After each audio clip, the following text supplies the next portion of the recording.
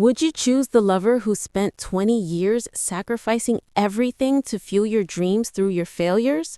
Or the lover who made you a billionaire in months but demands you abandon the one who carried you there? I'd choose the lover who sacrificed 20 years. Long-term loyalty, trust rebuilt after failures, and shared history matter more than sudden wealth bought by betrayal. A fortune that demands erasing someone's devotion is hollow. Companionship and ethical reciprocity form the foundation of a life I'd rather live than the quick success that costs my integrity and personal growth. I'd choose the lover who spent 20 years sacrificing for me. True loyalty and shared history outweigh quick wealth. Abandoning someone who carried me feels like betrayal. Money can't buy that depth of connection, and I'd rather build success together than owe it to conditions. I'd choose the first lover. 20 years of unwavering support through failures reveals character that transcends wealth. The second lover's ultimatum, demanding I abandon my foundation, shows they value control over partnership. True love doesn't force impossible choices. The first person loved me when I had nothing. The second loves what I became. Money multiplies, but authentic devotion that survives 2 decades of struggle is irreplaceable. Choosing otherwise feels like betraying my own soul. I choose the one who sacrificed for 20 years. While the billionaire offers a glittering outcome, their demand reveals a transactional and conditional love. The first lover's 2 decades of unwavering support through failure and success is the very foundation of a profound, tested bond. Abandoning them for money would betray the shared history that truly defines my life's journey. I would unhesitatingly choose the lover who spent 20 years sacrificing everything. The billionaire maker's ultimatum to abandon your past is a massive red flag of controlling behavior. Wealth is meaningful, but the loyalty of someone who loved you through failure is rare and priceless. If you trade a human soul for money, you become the poorest person in the room, regardless of your bank balance. If the first lover lost her chance at children and stayed 20 years despite your past betrayal, but left you after a misunderstanding, do you go back to her or choose the new lover who made you a billionaire and can give you a family? I'd go back to the woman who stayed. Her 2-decade sacrifice and lost chance at children create a moral obligation and emotional depth money can't buy. Rebuilding trust through honesty, accountability, and lifelong care honors her pain more than choosing a convenient family bought with wealth. Repair and restitution are the humane, courageous path and protect her dignity. I'd go back to the first lover. Her sacrifices, despite my betrayal, show unmatched devotion. A misunderstanding is fixable. The new lover's wealth and family promise tempt, but integrity demands honoring the one who stuck through failures over opportunistic gains. I'd return to the first lover.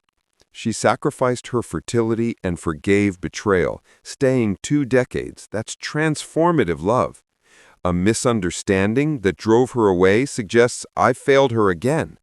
I owe her truth and reconciliation. The new lover offers wealth and family, but those are acquisitions, not foundations. Real integrity means honoring debts of the heart. If she'll have me back, rebuilding trust with her matters more than convenient futures with someone new. I go back to the first lover. Her sacrifice, losing her chance at children and staying despite my past betrayal, creates a debt of loyalty that money cannot erase. Leaving her for a misunderstanding, only to accept a new, convenient family from another, would be the ultimate betrayal. True redemption means seeking her forgiveness and honoring her immeasurable sacrifice. I would fight to go back to the first lover and resolve the misunderstanding. She forgave your past betrayal and sacrificed her motherhood for you.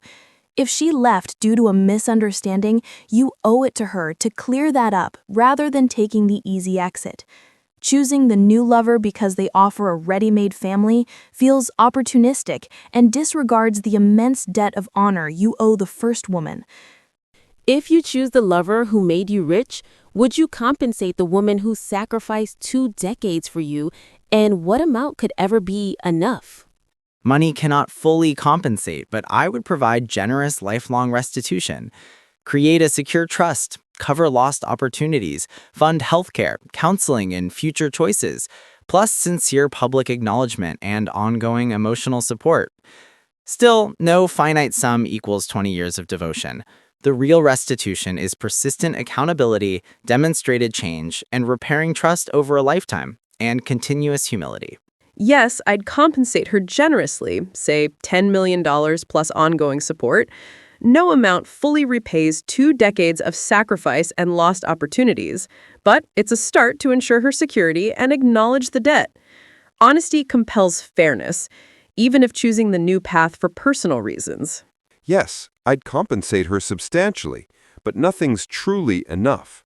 I'd offer millions, perhaps 25–40% of my wealth, with genuine acknowledgement that it's inadequate.